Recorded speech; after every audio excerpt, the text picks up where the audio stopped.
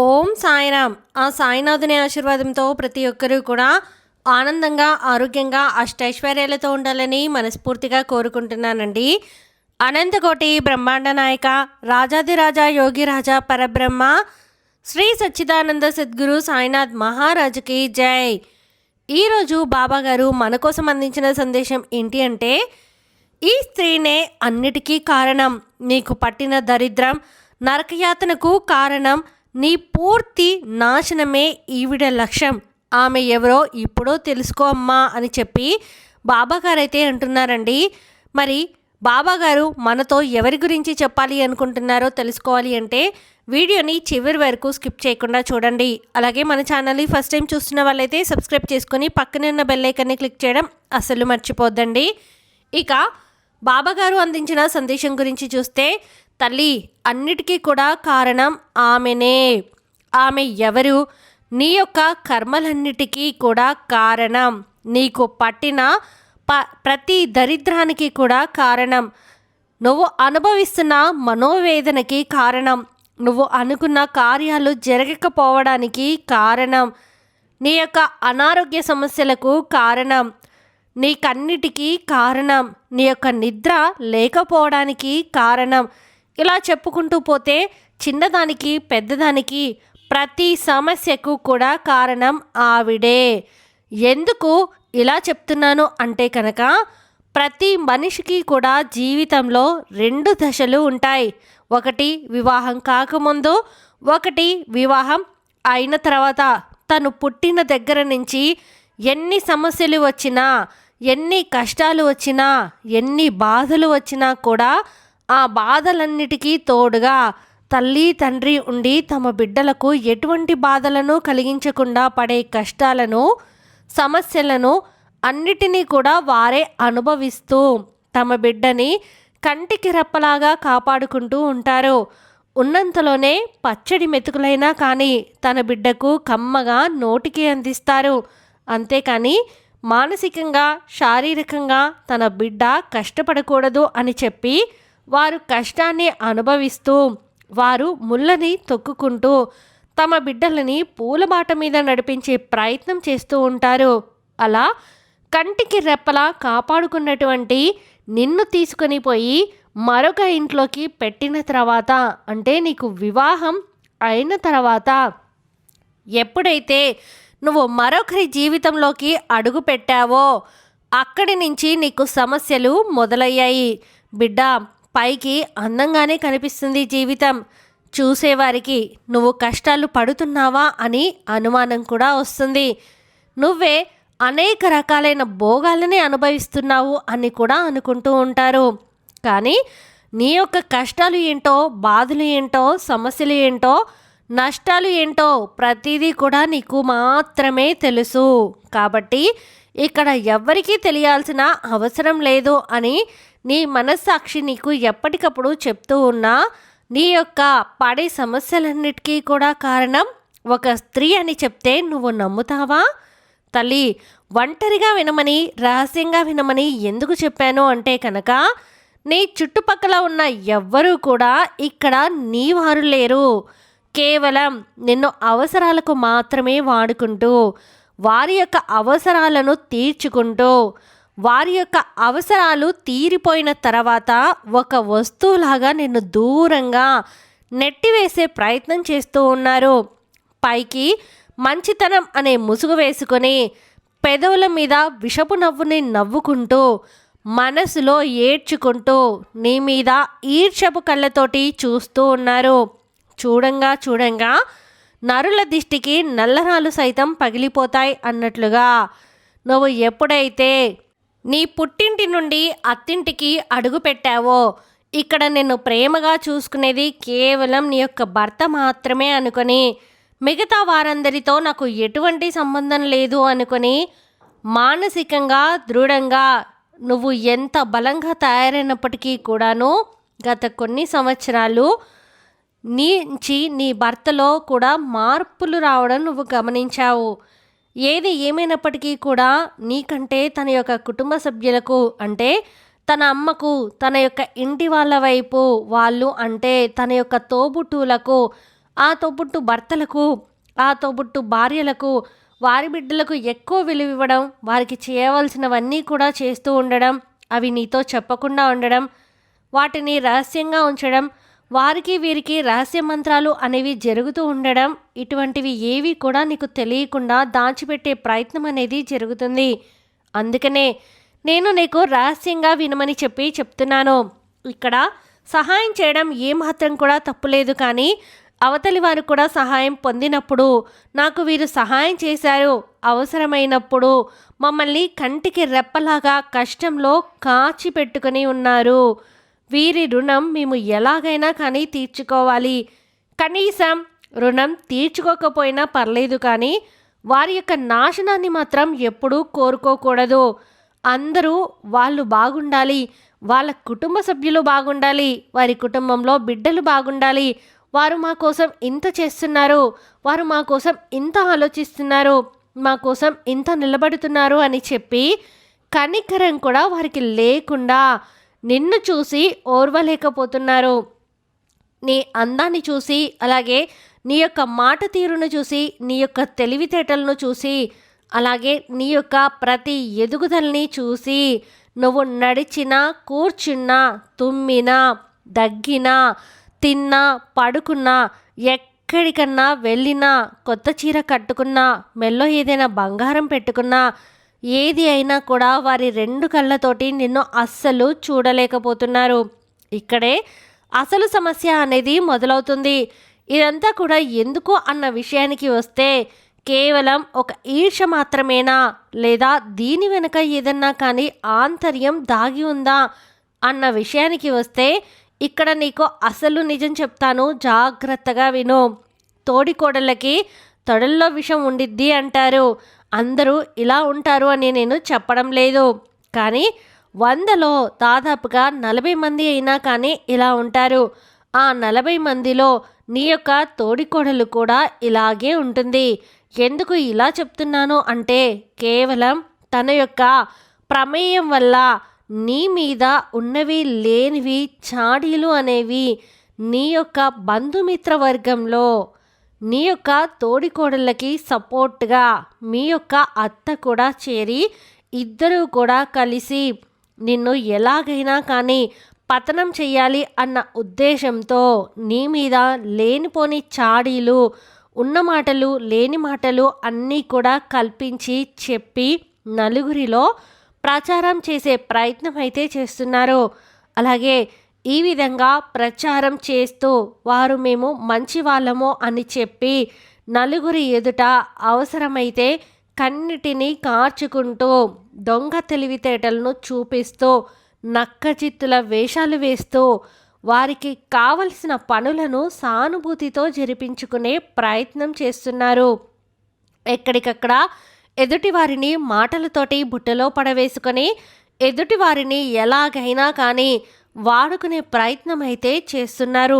వారి యొక్క డబ్బులు రూపాయి ముడివేసుకొని దాచుకొని ఎదుటివారు, ముఖ్యంగా నీ యొక్క భర్త సొమ్ము మీద కన్ను వేసి, ఏదైనా కానీ కష్టం వచ్చినా, నష్టం వచ్చినా, బాధ వచ్చినా ప్రతిదీ కూడా మీ భర్తకు తెలియపరిచి ఎంతో కొంత ధనం లాగే ప్రయత్నం అయితే చేస్తూ ఉన్నారు.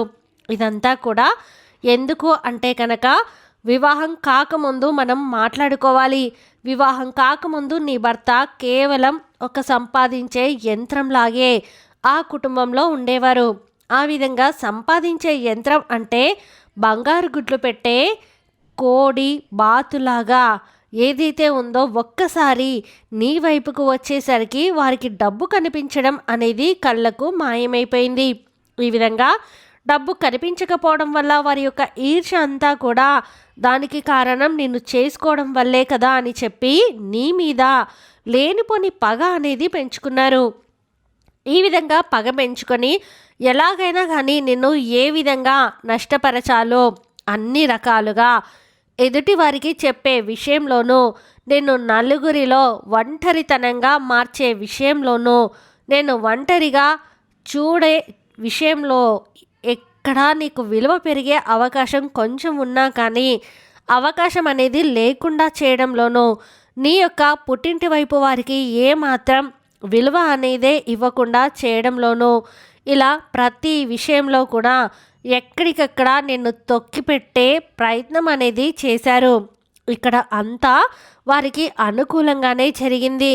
ఇక్కడ నువ్వు మానసికంగా, శారీరకంగా ఒంటరితనాన్ని అనుభవిస్తూ ఎంత నరకాన్ని చూశావో, ఎంత ఏడ్చుకున్నావో, నేనేం పాపం చేశానని నన్ను ఇలా ఇక్కడ బందీని చేసి ఒక శత్రువుని చూసినట్లుగా నన్ను చూస్తూ ఉన్నారు అని చెప్పి ఎంతగా మానసికంగా నలిగిపోయావో నీకు మాత్రమే తెలుసు. కాబట్టి ఈ వేదనంతా కూడా నేను గమనిస్తూనే ఉన్నాను తల్లి. ఇప్పుడు పూర్తిగా వారి యొక్క అవసరాలు తీర్చుకునే సమయం అయితే వచ్చింది. మళ్ళీ ఇప్పుడు మీ యొక్క పాదాల దగ్గరికి వచ్చి నుంచొని వారి యొక్క అవసరాలు తీర్చుకునే ప్రయత్నం అయితే చేస్తూ ఉన్నారు. ఇక్కడ నువ్వు వారికి ఏ విధమైన సహాయం చేయకపోయినా నీ ఇంట్లో వ్యక్తి అంటే నీ యొక్క భర్త వారికి అన్ని రకాలుగా కూడా సహాయం చేయడానికి ముందుకు వెళ్ళారు. ఈ విధంగా వారు మళ్ళీ వారి యొక్క అవసరాలను తీర్చుకొని పక్కకు నెట్టేసే ప్రయత్నం అయితే చేస్తూ ఉన్నారు. దీనికోసం మీ ఇద్దరి మధ్య రకరకాలుగా గొడవలు అనేవి జరుగుతూ ఉన్నాయి. ఈ విధంగా గొడవలు జరుగుతూ ఉండడం వల్ల మీ ఇద్దరు గొడవలాడుకునే ప్రతిసారి కూడా వారు పండగ వాతావరణాన్ని క్రియేట్ చేసుకుంటున్నారు. ఇక్కడ ఏది ఏమైనప్పటికీ కూడాను నష్టపోతున్నది నువ్వు, నీ కుటుంబం, నీ బిడ్డలు. ఇక్కడ నువ్వు ఆలోచించవలసింది ఒక్కటే తల్లి, జరగాల్సినదంతా కూడా జరిగింది. ఇప్పటి వరకు కొన్ని సంవత్సరాల నుంచి వారి ద్వారా నరకాన్ని అనుభవిస్తూనే వచ్చావు. అలాగే వారిలో ఎంత మార్పు కూడా ఏమీ జరగలేదు. మొదట్లో నీకు అనుకూలంగా ఉన్న నీ యొక్క భర్త కూడా వారి యొక్క మాటల్లోనే ఉన్నారు. నువ్వు ఏది చెప్పినా కూడా వారి మీద ఈర్ష, అసూయలతోటి, కుళ్ళుతోటి చెప్తున్నావో అని మాత్రమే అనుకొని నీ యొక్క మాటలను నిర్లక్ష్యం చేసి తను చేసే పనులు తను చేసుకుంటూ వెళ్ళిపోతూనే ఉన్నారు. ఇక్కడ నీకు అనవసరంగా నీ భర్తను ఇది చేయవద్దు, అది చేయవద్దు అని చెప్పడం వల్ల నీ యొక్క నోటి పొగరు కొట్టుకోవడం తప్పితే నీకు ఎటువంటి ఉపయోగం అనేది నీకు దొరకదు. ఇక్కడ నీకు మొదటిగా కావాల్సింది ఏంటి అంటే కనుక నీ భర్తను నీ వైపుకు తిప్పుకోవడం. ఇది ఎలా సాధ్యమవుతుంది అంటే కాలమే అది సాధ్యపడేలా చేస్తుంది. నీ యొక్క మాటలతోటి కానీ నీ యొక్క చేష్టలతోటి కానీ ఏ విధంగా కూడా నువ్వు ఏది సాధించలేవు అని ఇన్ని సంవత్సరాల యొక్క ప్రక్రియలో నీకు అర్థమయ్యే ఉంటుంది. కాబట్టి నువ్వు ఇప్పుడు మొదటిగా తెలుసుకోవాల్సిన ఒక రహస్యం ఏంటి అంటే కనుక తల్లి, నువ్వు గొడవ పడడం వల్ల, లేదంటే కనుక నువ్వు నలుగురిలో పెద్దగా అరవడం వల్ల, లేదంటే కనుక ఇంకా ఏ ఇతర కార్యాలు చేయడం వల్ల ఎదుటి వారిని నొప్పించే ప్రయత్నం అనేది నేను చేస్తున్నాను అని చెప్పి నువ్వు తెలివిగా బిహేవ్ చేస్తున్నాను అనుకొని ఒక మాట అనడం వల్ల నువ్వు సాధించేది అంటూ ఏది కూడా లేదు. ఇక్కడ నువ్వు తెలుసుకోవాల్సిన ముఖ్యమైన తెలివైన విషయం ఏంటి అంటే కనుక ఏవి ఎలా జరుగుతున్నాయో అలా జరుగుతూ వెళ్ళిపోని. ప్రతి దానికి కూడా కాలం సమాధానం చెప్తుంది. నువ్వు నిన్ను జాగ్రత్తగా చూసుకుంటూ నీ బిడ్డలను జాగ్రత్తగా చూసుకుంటూ రావడమే. నువ్వు ఒక మాట మాట్లాడినప్పుడు విలువ ఉంటే మాట్లాడు, విలువ లేకపోతే మాట్లాడొద్దు.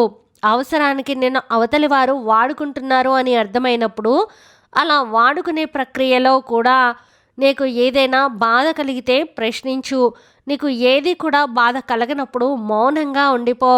ఇక్కడ నేను నష్టపోతున్నానేమో, లేదా నన్ను అవసరాలకు వారు ఉపయోగించుకుంటున్నారేమో, లేదా వారి తెలివితేటలకు నన్ను బలి చేస్తున్నారేమో అని చెప్పి నువ్వు బాధపడాల్సిన అవసరం లేదు. ఇక్కడ నువ్వు ఒక్క విషయం తెలుసుకోవాలి. ఏంటి అంటే కనుక తల్లి, నువ్వు ఎప్పుడో అనుకునే మాట ఉంటుంది కదా, అందరూ బాగుండాలి, అందులో నేను ఉండాలి అని చెప్పి ఆ ఒక్క మాట నీ జీవితంలో నెరవేర్చుకునేలా చూడు. నీ బిడ్డలని సరైన మార్గంలో పెట్టే ప్రయత్నం అయితే చెయ్యి. ఎప్పుడూ కూడా అందరూ ఒకేలాగా ఉండరు. ప్రతి ఒక్కరికి కూడా వారి వారి కర్మలను చేసిన కర్మ ఫలితం ఏదైతే ఉంటుందో ఆ యొక్క కర్మ ఫలితం అనేది ఖచ్చితంగా ఏదో ఒక రూపంలో ఎదురొస్తుంది. ఇక్కడ నువ్వు వారి కోసం ఆలోచించి, నువ్వు వారి కోసం బాధపడి వారి కోసం టెన్షన్ పడి వారి కోసం నిద్ర పట్టకుండా చేసుకుని వారి కోసం నువ్వు ఎదురుగా అంటే నీ ఇంట్లో ప్రతి క్షణం కూడా నరకాన్ని అనుభవించుకుంటూ ఏది ఎంత చేసుకున్నా కూడా చివరికి జరిగేదే జరుగుతుంది. అలాగే ఏది కూడా మార్చలేవు, ఏది కూడా నువ్వు ఆపలేవు. అటువంటప్పుడు నువ్వు ఎప్పుడైనా కానీ మానసికంగా సంతోషంగా ఉండే ప్రయత్నం చెయ్యి, ఆనందంగా ఉండే ప్రయత్నం చెయ్యి, ఎప్పుడూ కూడా నలుగురితో నవ్వుతూ ఉండే ప్రయత్నం చెయ్యి. మొదటిగా నువ్వు ఒక్క విషయాన్ని తెలుసుకో తల్లి, నువ్వు మానసికంగా చాలా వరకు కూడా దెబ్బతిన్నావు, మానసికంగా చాలా వరకు కూడా కృంగిపోయావు. మానసికంగా నీ యొక్క మనసు కదిలిస్తే కన్నిటిని కార్చడానికి సిద్ధంగా ఉంది. అలా అంత సెన్సిటివ్గా ఎప్పుడూ కూడా మారకూడదు, బలంగా ఉండాలి. ఏది వచ్చినా కూడా తట్టుకోగలను అన్నంత సిద్ధంగా ఉండాలి. ఏదైనా కూడా చేయగలను, ఎదిరించగలను అన్న మనోధైర్యంతో ఉండాలి. చిన్నప్పుడు చదివిన పాఠాలు, చిన్నప్పుడు అమ్మ నేర్పించిన పాఠాలు, నలుగురిలో ఎలా ఉండాలి, ఏ కష్టం నుంచి ఎలా తప్పించుకోవాలి, ఇన్ని తెలివితేటలున్న నీ యొక్క మెదడులో ఈ యొక్క పిరికితనం, ఈ భయం, ఈ యొక్క టెన్షన్, ఈ యొక్క యాంగ్జైటీ ఇవన్నీ కూడా ఎందుకు వచ్చాయి? నీ యొక్క అతి ఆలోచనల వల్ల. ఈ యొక్క అతి ఆలోచనల వల్ల అందరూ బాగానే ఉన్నారు, ఎవరికి నచ్చింది వారు చేసుకుంటున్నారు, ఎవరు కూడా ఎవరి పనులు ఆపుకోవడం లేదు, ఎవరి జీవితాల్లో వారు సంతోషంగా ఉంటున్నారు. నీ వల్ల నీ గురించి నిన్ను బాధ పెడుతున్నావని ఎవరూ కూడా క్షణం కూడా ఆలోచించట్లేదు. అటువంటి వారి గురించి నువ్వు ఆలోచించుకొని నీ యొక్క మానసిక ప్రశాంతతను దూరం చేసుకోవడం వల్ల నిన్ను నువ్వు కోల్పోతున్నావు, నిన్ను నువ్వు నష్టపరుచుకుంటున్నావు. ఎవరో ఎక్కడ నిన్ను నష్టపరుస్తున్నారేమో అన్న భ్రమలో నువ్వు బ్రతుకుతూ నిన్ను నువ్వు భ్రమ అంటే నిన్ను నువ్వు నష్టపరుచుకుంటున్నావు అన్న విషయాన్ని మర్చిపోతున్నావు. ఇక్కడ తెలివిగా ఆలోచించు. ఇక్కడ ఎవరికి కూడా శాశ్వతం కాదు, జస్ట్ అలా జరిగిపోతాయంతే. కొన్ని చూస్తూ ఉండాలి, కొన్ని చెవితో వింటూ ఆ చెవితో విని ఈ చెవితో వదిలేయాలి. ఒక్కొక్కసారి ఏమీ చేయలేనప్పుడు, అలివి కానప్పుడు, అలివి కాని చోట అధికులమన్న రాదు అనే సామెత వినే ఉంటావు కదా. అటువంటివి మనసులో పెట్టుకొని నువ్వు ఎక్కడ ఈ క్షణం సంతోషంగా ఉన్నానా లేదా, నేను ప్రతిసారి నీకు చెప్పేది అదే తల్లి, ఈ క్షణం ఆనందంగా ఉన్నానా లేదా, ఈ క్షణం ఆరోగ్యకరమైనది తింటున్నానా లేదా, ఈ క్షణం నా శరీరాన్ని కష్టపెడుతున్నానా లేదా, ఈ క్షణం నా మనసుకి ప్రశాంతతను ఇస్తున్నానా లేదా, ఈ క్షణం హాయిగా నిద్రపోతున్నానా లేదా, ఇది కదా ఆలోచించుకోవాల్సింది. నీ బిడ్డలకు సరైన చదువు, సరైన తిండి, సరైన ఆరోగ్యం, సరైన నిద్ర అందిస్తున్నానా లేదా. నువ్వు ఒక్కదానివి మారితే నీ కుటుంబం అంతా కూడా సరైన మార్గంలో నడుస్తుంది. నువ్వు ఒక్కదానివి మెంటల్గా డిస్టర్బ్ అయితే నీ కుటుంబం అంతా కూడా డిస్టర్బ్ అయిపోతుంది. కాబట్టి ఏది, ఎక్కడ, ఎలా, ఎప్పుడు, ఏ విధంగా నడుచుకుంటూ ఉన్నావో, ఎలా రావాలో నాకు బాగా తెలుసు. భారం, పరువు, బాధ్యత అన్నిటినీ నేను తీసుకుంటున్నాను. నువ్వు నేను చెప్పిన మాట మీద గౌరవం ఉంచి ఉన్నట్లయితే కనుక అన్నిటిలో మార్పులు జరుగుతాయి. ప్రశాంతంగా ఉండు, హాయిగా ఉండు అని చెప్పి బాబాగారు అయితే అంటున్నారండి. ఈ వీడియో మీకు నచ్చితే ప్లీజ్ లైక్ చేయండి, మరికొంతమంది సాయి భక్తులకు వీడియోని షేర్ చేయండి. ఫస్ట్ టైం ఛానల్ని చూస్తున్న వారు సబ్స్క్రైబ్ చేసుకుని పక్కనే ఉన్న బెల్ ఐకాన్ని క్లిక్ చేయడం అస్సలు మర్చిపోవద్దండి. సర్వే జన సుఖినో భవంతు. ఓం సాయిరామ్.